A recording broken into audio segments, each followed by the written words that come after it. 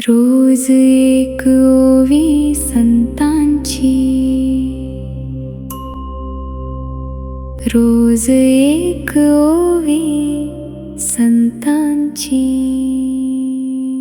अवघाची संसार सुखाचा करीन, आनंदे भरीन तिन्ही लोक.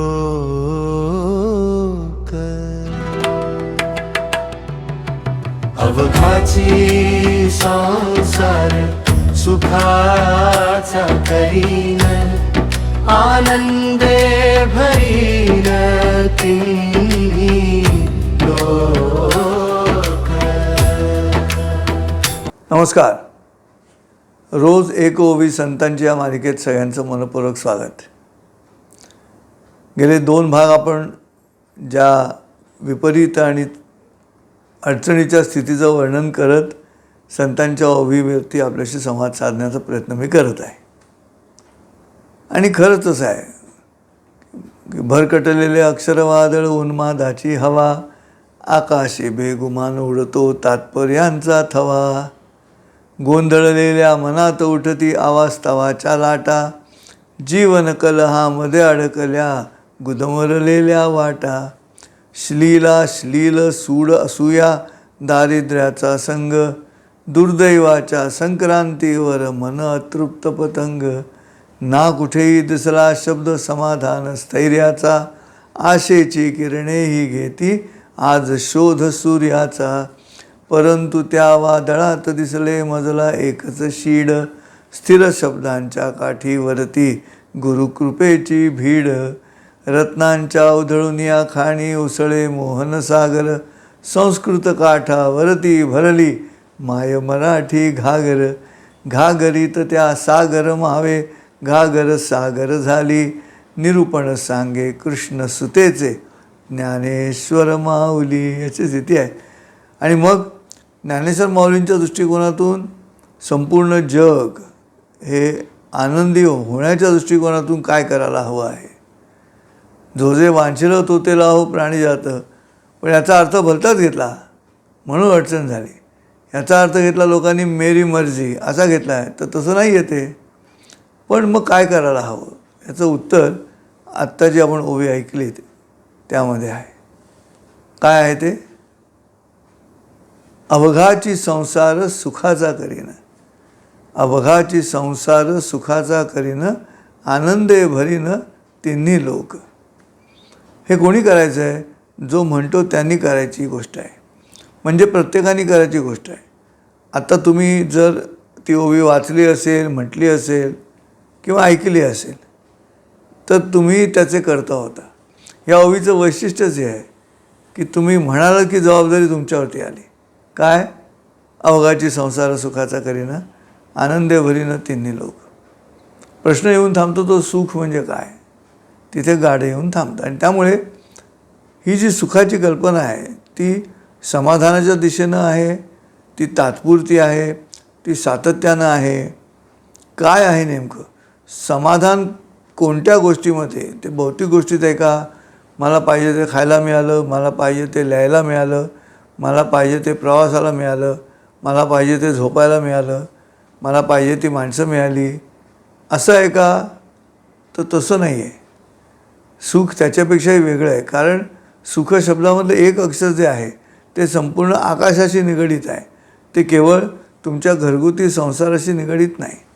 त्यामुळे सुखाचा संसार असं म्हणताना संसार म्हणजे नवरा बायको, मुलं, आई आजोबा, तिचे आईवडील, ह्याचे आईवडील, असं सगळं मिळून सुखाचा संसार हे फारच छोटं झालं, तात्पुरतं झालं, ते शाश्वत नाही. पण सुख शब्दामधलं जे ख आहे ते अख्खं आकाशमंडप पृथ्वी आसन या भूमिकेत आहे. आणि म्हणते कोण? तर संत तत्त्वज्ञ ज्ञानेश्वर माऊली. काय म्हणतात माऊली पसायदानामध्ये? आता विश्वात्मके देवे, जो जे वांछिलं तो ते राहो, चला कल्पतरूंचे आरव, चेतना चिंतामणीचे गाव, बोलते ते अर्णव पियुषाचे, याच्यात सुख आहे. हे खरं आहे. अवघाची संसार सुखाचा तेव्हाच होईल जेव्हा चला कल्पतरूंचे आरव, ही भूमिका लक्षात येईल. काय आहेत ते कल्पतरू? तरू म्हणजे झाड, पण इथे कल्पतरू म्हणजे वृक्ष आहेत का? तर नाही. का? तर ते चला कल्पतरू आहेत. एका स्थानावरनं दुसऱ्या स्थानाच्या दिशेनं सहजतेनं हालचाल करणारे तरू आहेत. म्हणून माऊली काय म्हणतात? चला कल्पतरू, चैतन्यानं भारलेले कल्पतरू. म्हणजे कोण होते हो? म्हणजे तुम्ही आणि आम्ही. तुम्ही आम्ही चला कल्पतरूंचे आरव आहोत. हे माणसांचं जंगल नाही आहे, हे माणसांचं उपवन व्हायला पाहिजे. आता ते झालं आहे माणसांचं जंगल, त्याच्यामध्ये हिंस्त्र प्राणी आहेत, त्यात लबाड प्राणी आहेत. इथे अपेक्षा आहे चला कल्पतरूंचे आरव. काय आहे? तर आरव म्हणजे उपवन. या उपवनामध्ये काय गरज आहे? तर ती त्या माणसांची गरज आहे. कोणत्या? चला कल्पतरूंचे आरव. संकल्प करणारे, क्रिएटिव्हिटीनं भारलेले, सतत निर्मितीक्षम विचारांमध्ये घडलेला माणूस, तरच तो माणूस, नाही तर माणूस नाही. माणूस जर कल्पना करणं सोडून देईल तर तो जनावराच्या स्थितीला येईल. कोणताच प्राणी कल्पना करत नाही. बाकीचे प्राणी कल्पना करतात ते आज खायला काय मिळणार, समोर काय दिसतं ह्याच्यावरच आहे. त्यामुळे कल्पना ही अलौकिक शक्ती जी आहे, कल्पनाशक्ती, ती फक्त माणसांकडेच आहे शोधतो. आणि म्हणून अवघाची संसार सुखाचा करीन कधी. प्रत्येक व्यक्ती निर्मितीक्षम स्थितीमध्ये सर्जनशील होईल तेव्हा, तरच तो माणूस, नाही तर माणूस नाही. आहार, निद्रा, भय आणि मैथुन या चतुष्टयावरती जो समाधानी आहे तो प्राणी आहे. तो 2 पायावरती उभा राहणारा प्राणीच आहे. पण तो ज्याला ह्याच्यातच सुख वाटतं, निसर्गानं आणि परमेश्वरानं दिलेली अलौकिक बुद्धिमत्ता, जो ह्या 4 गोष्टींवरती खर्च करतो तो प्राणीच आहे, तो माणूस नव्हे ना. काहीतरी वेगळं व्हायला पाहिजे. आणि ते काय आहे? आनंदे भरीनं तिन्ही लोक. हा आनंद कुठून येतो? आनंद आतून येतो. हा नंदाच्या घरी कुठून आला? तो नंदाच्या घरी मथुरेहून आला आनंद, श्रीकृष्ण. पण त्यांनी काय केलं? तिन्ही लोकांमध्ये आनंद भरून टाकला. या एका ओवीवरती आधारित मराठी गाणं पण आहे. तिन्ही लोक आनंदाने भरून गाऊ दे, तुझे गीत गाण्यासाठी सूर लावू दे. हे तिन्ही लोक आनंदाने भरून जाऊ दे. कशासाठी? पाताळ, स्वर्ग आणि पृथ्वी हे सगळेच्या सगळे लोक, तिन्ही लोक आनंदाने भरून जायला पाहिजे. म्हणजे थोडक्यात काय, सारं ब्रह्मांड आनंदाने भरलं गेलं पाहिजे. आणि ते कोण भरणार? आपण, तुम्ही, मी. या कार्यक्रमाच्या माध्यमातून, या मालिकेच्या माध्यमातून मी तोच प्रयत्न करतो आहे की दररोज सकाळी तुमच्या जीवनामध्ये आनंद निर्माण करेन, तुमच्या जीवनामध्ये सुख निर्माण करेन. ते आकाश जे आहे सुख आहे, सुंदर आहे, निरभ्र आहे. त्यात संशयाचे काळे ढग पण नाही आहेत, त्यात पांढरे ढग पण नाही आहेत. निळाशार. ज्ञानेश्वर ज्या आकाशाच्या प्रेमात पडले ते आकाश. निळे हे व्योम, निळे हे सप्रेम, निळेपण समसाकारले, निळे रजनी वाहे मोतिया सारण. किती विरहिणांमध्ये माऊलींनी आकाशाचं वर्णन केलेलं आढळतं. तिथे सुखाची कल्पना आहे. आपण जे म्हणतो ते सुख नव्हे शोधतो. आपलं सुख फारच तकलादू आहे आणि लोकल भाषेमध्ये टेम्पररी आहे. परंतु जे शाश्वत सुखाची कल्पना आहे ती वेगळी आहे. आणि ती कल्पना अशी आहे, आकाशमंडप व पृथ्वी आसन अशी भूमिका घेऊन मी या पृथ्वीतलावरती मनुष्य म्हणून जन्माला आलेलो आहे. आणि माझी जबाबदारी आहे, माझं कर्तव्य आहे की मी इतर मनुष्यांना आनंद देईन, इतर मनुष्यांच्या आयुष्यात सुख निर्माण करेन. आणि असं करता करता माणसंच का, मी सगळ्यांच्याही आयुष्यात सुख निर्माण करेन. प्रत्येकाच्या आयुष्यात सुख निर्माण करण्याची जबाबदारी माझी. का? हे गोलाकार आहे सगळं. मग जर वर्तुळाकार आहे सगळं ब्रह्मांड, तर मी जे करीन ते पुन्हा गोल फिरून माझ्याजवळ येणार. इंग्रजीत त्याला गिव्हर्स गेन म्हणतात, देणाऱ्याचा फायदा. What goes around comes around. म्हणून तिन्ही लोकांचा मुद्दा आला. सुखाची कल्पना अशीच आहे. माझी कविता आहे, कदाचित तुम्ही ऐकली असेल कुठच्या कार्यक्रमांमध्ये. मला आता राहत नाही म्हणून म्हणतो आणि आजचा भाग संपवतो. कविता अशी आहे. म्हणतात सुख त्याला ते मिळेल काय मला, असा प्रश्न विचारित होतो जाता येता प्रत्येकाला. पहिला भेटला दारुड्या, म्हणाला पावशेर घशातून सगळं मिळेल तुला. मग भेटला कारकून, कारकुनाला विचारलं म्हणतात सुख त्याला ते मिळेल काय मला, म्हणाला मान आधी घाल खाली. हो हो म्हणाला शिक आधी, सगळी सुखं येतात दारी, चल मास्टरची वेळ झाली, असं म्हणून तो निघून गेला. मग भेटला दुकानदार व्यापारी, त्यालाही विचारलं तेच. म्हणाला माझा नफा झाला आहे कमी, मला एकच पडला आहे पेच. म्हणलं मुद्दल आहे ना तसंच, फक्त नफा झाला आहे कमी. म्हणाला त्यालाच नुकसान म्हणतो आम्ही, तुझी अक्कल झाली कमी. मग भेटला आत्महत्या करायला निघालेला शेतकरी. त्याला विचारलं, म्हणतात सुख त्याला ते मिळेल काय मला? तो म्हणाला, पाऊस देतो आणि माऊस नेतो. म्हटलं म्हणजे काय? म्हणाला, पिकवलेल्याला मिळत नाही भाव आणि पोट भरण्याचे वाढले आहेत भाव. पिकवलेलं जातं सडून, नाही तर माऊस नेतो कुरतडून. म्हटलं माऊस म्हणजे उंदीर, तुला काय रे ठाऊक? म्हणाला, माझ्या नातवाला इंग्लिश शिकवत आहेत पहिलीपासून घाऊक. मग गेलो देवळात. देवानं प्रश्न केला, म्हणतात सुख त्याला ते मिळेल काय मला? तर उत्तरं आली 33 कोटी. पुन्हा झाली माझीच खोटी. गणपती म्हणाला, सुख म्हणजे ज्ञान.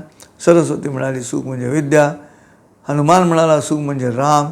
विठ्ठल म्हणाला, सुख म्हणजे नाम. दत्त म्हणाले, सुख म्हणजे गुरु. मला सुचेना मी काय करू? म्हणून देवळाबाहेर पडलो. दारात होता भिकारी. त्यानं मागितली भीक. म्हटलं, धडधाकट दिसतोयस, काहीतरी शिक, काहीतरी विक. तर भिकारी हसला. म्हणाला, मी मागितली भीक आणि तुम्ही दिलात प्रश्न. मी मागितला अर्जुन, तुम्ही दिलात कृष्ण. असं म्हणून भिकारी हसला. माझा जीव तिथंच फसला. इतक्या जणांना प्रश्न विचारला, कोणीच हसलं नव्हतं. हा कसा काय हसला? याला सुख मिळालं की काय? म्हणून त्याला विचारलं, म्हणतात सुख त्याला ते मिळेल काय मला? तर म्हणाला, आमच्यासारखं करा. म्हटलं काय करा? म्हणाला, डबा सरळ धरून भीक मागितली बघून. डबा सरळ धरून भीक मागितली बघून नाही मिळाली तर डबा करतो उलटा आणि वाजवत बसतो एकटा. त्याचा आवाज ऐकून कोणीतरी नाणं फेकतो. डबा सरळ करतो आणि पुन्हा एकदा आवाज ऐकतो. त्या नाण्यात मला मिळतो चहापाव. त्या नाण्यात मला मिळतो चहापाव आणि नाणं फेकणारा देवळात जाऊन म्हणतो, देवा तू मला पाव. त्याच्या आधी पाव मला मिळतो. भिकारी म्हणाला, त्याच्या आधी पाव मला मिळतो. असं म्हणून भिकारी हसला. माझा जीव परत फसला. म्हटलं, माझ्या प्रश्नाचं उत्तर नाही दिलं. म्हणतात सुख त्याला ते मिळेल काय मला? म्हणाला, दिलं. आमच्यासारखं करा. डबा सरळ धरून भीक मागितली बघून नाही मिळाली तर डबा करतो उलटा आणि वाजवत बसतो एकटा. तुमचा प्रश्न उलटा करा म्हणजे होईल त्याचं उत्तर. तुमचा प्रश्न उलटा करा म्हणजे होईल त्याचं उत्तर. त्याची दुर्गंधी जाईल आणि होईल त्याचं अत्तर. मी प्रश्न उलटा केला. मूळ प्रश्न असा होता, म्हणतात सुख त्याला ते मिळेल काय मला? आणि श्रोते माझ्या लक्षात आलं, मला काय मिळेल ते त्याला सुख म्हणतात. मला काय मिळेल ते त्याला सुख म्हणतात. श्रोतो, सुखाची कल्पना ह्या पद्धतीनं बघितली ना तर माणूस नित्य तृप्त हवा. आजवरी जे जगलो ते मी जिंकलो ऐसे म्हणा, नका आठवू पुन्हा पुन्हा त्या गतकाळातील खुणा. सुखाची कल्पना ह्या पद्धतीनं तुमच्या एकदा अंगात भिनली की मग तुम्ही दुसऱ्याला द्यायला मोकळे होता. नदीत पाणी असेल तर दोन्ही किनाऱ्यांना मिळणार ना. तुमच्यातच नाही सुख तर तुम्ही जगाला काय देणार? त्यामुळे आनंदे भरीनं तिन्ही लोकमध्ये माझ्याकडे आनंद हवा. मुळामध्ये तो असला तरच मी देणार. आणि श्रोते हो, माझ्याकडे तो आहे. आणि म्हणून मी रोज सकाळी तुम्हाला पहाटे 5 वाजता तो आनंद द्यायचा प्रयत्न करतो. रोज एक ओवी संतांची या कार्यक्रमाच्या माध्यमातून. तुम्ही किती घेता माहिती नाही. पुन्हा भेटू उद्या पहाटे 5 वाजता. तोपर्यंत रामकृष्ण हरी. रोज एक ओवी संतांची.